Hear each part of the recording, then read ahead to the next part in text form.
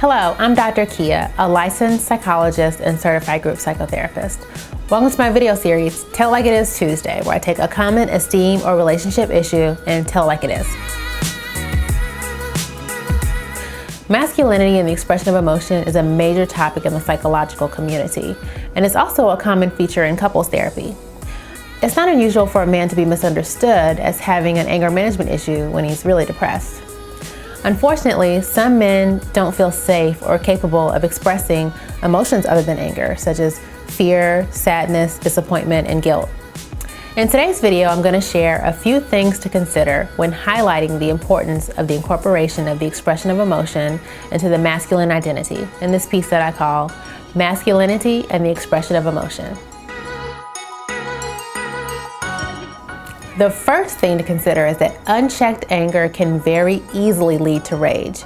If anger is your primary emotion, it might be difficult not to be in a constant state of rage.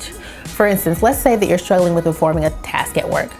It's likely that your initial reaction may be irritation with the person who assigned the task, frustration by the limitations placed on you by the organization, or maybe even annoyance with people who don't seem to struggle in the same way that you do.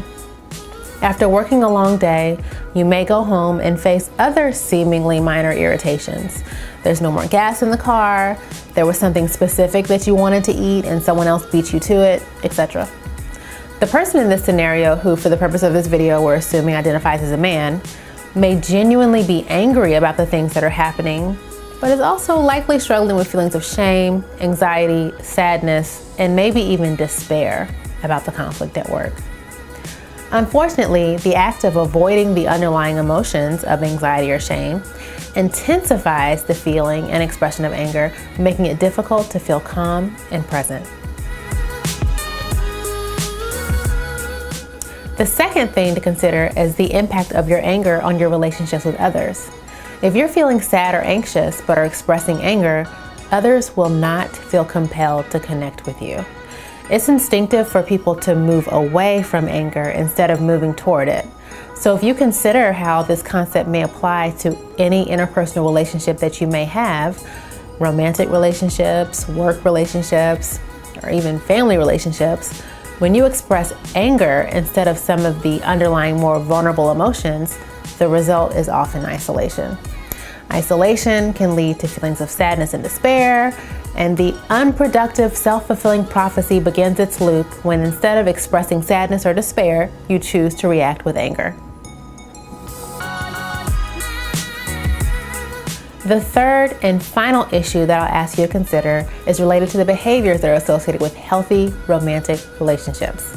If you identify with the scenario described previously, where so many things seem to be happening throughout the day that trigger feelings of frustration, but instead of identifying the underlying emotion, you stay in that place of irritation, it's likely that you may be struggling with offering your partner emotional support. It's really difficult to be emotionally present for others when you are not emotionally present for yourself. If you've received feedback from your partner that you're not experienced as emotionally supportive, the suppression of your own emotions may be a contributing factor. In summary, while many of the issues that I discussed today aren't specific to men, masculinity and the expression of emotion, or lack thereof, is a genuine phenomenon that makes it difficult for some men to connect on a deeper level with others. If you have identified with this material and are expressing anger that at times may feel all-encompassing, consider implementing some of today's tips into your daily interactions. Specifically, allow yourself to identify the emotions underlying your feelings of anger or irritation and share those feelings with those that are close to you. Thanks for watching. If you want to know the secrets to forming and maintaining healthy relationships and self-esteem, like, share, and subscribe to my YouTube page. If you want a quick behind-the-scenes look at real relationship counseling, don't forget to check back.